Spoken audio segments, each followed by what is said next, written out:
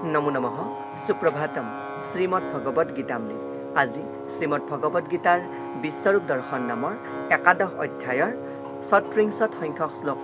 এই বিশিষ্ট শ্লোকফাকি হৈছে এনেধৰণৰ: অৰ্জুন উবাচ স্থানে ঋষিকেশ তব প্ৰকৃত্যা জগৎ প্ৰহৃষ্টত্যনুৰজ্যতে চ रक्ष्यांसि भीतानि दिशो द्रवन्ति सर्वे नमस्यन्ति च सिद्धसंघः।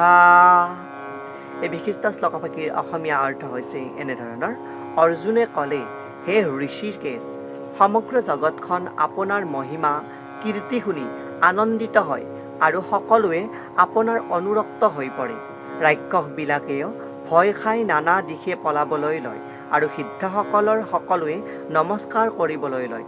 এনে হোৱাটোৱেই যুক্তিযুক্ত কথা বুলি কোৱা প্ৰসংগত সখা অৰ্জুনে ভগৱান শ্ৰীকৃষ্ণৰ আগত পুনৰাই এই বিশিষ্ট শ্লোকফাকি অৱতাৰণা কৰিছে।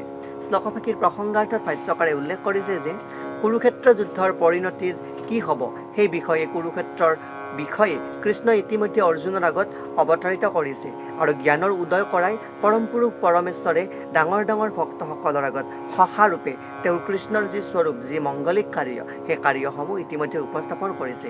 অৰ্জুনে এই কথা প্ৰতিপন্ন কৰিছে যে কৃষ্ণই হ'ল ভগৱান ভক্তসকলৰ পালক আৰু পৰম উপাস্য, কিন্তু অবাঞ্ছিত ব্যক্তিসকলৰ বাবে তেওঁ বিনাশকাৰী। তেওঁ যি কৰে সকলো মংগলৰ কাৰণেই কৰে।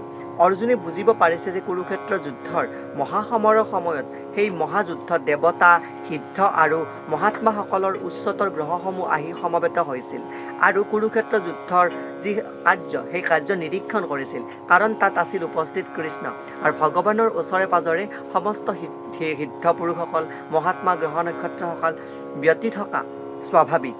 অৰ্জুনে যেতিয়া বিশ্বৰূপে দেখা পাইছিল, সেই বিশ্বৰূপ দৰ্শনৰ সময়ত মহাকাল সদৃশ যি ৰূপ, সেই ৰূপ দৰ্শন লাভ কৰাৰ পিছত দেৱতাসকলে যি আনন্দিত হৈছিল, কিন্তু কৃষ্ণক কৰা স্তুতি দানৱ প্ৰকৃতিৰ লোক আৰু নাস্তিকবিলাকে সহ্য কৰিব পৰা নাছিলে আৰু পৰম পুৰুষ পৰমেশ্বৰৰ ভয়ংকৰ ৰূপ দেখি তেওঁলোকে যি মহাকাল ৰূপ দৰ্শন লাভ কৰাৰ পিছত নিজৰ স্বভাৱসুলভ বা ভয়ৰ বশৱৰ্তী হৈ পলাই গৈছিল আৰু ভগৱানে ভক্ত আৰু নাস্তিকসকলৰ লগত যিভাৱে আচৰণ কৰে, অৰ্জুনে তাৰে প্ৰশংসা কৰিছে। আৰু সকলো ভক্তই যে সকলো অৱস্থাতে ভগৱানৰ প্ৰশংসা লাভ কৰে, কাৰণ ভক্তই জানে যে ভগৱান যি কৰে সেইটো ভক্তৰ মংগলৰ কাৰণে বা সমস্তৰ হিতৰ কাৰণে কৰে বুলি ইয়াতে উপস্থাপন কৰিছে।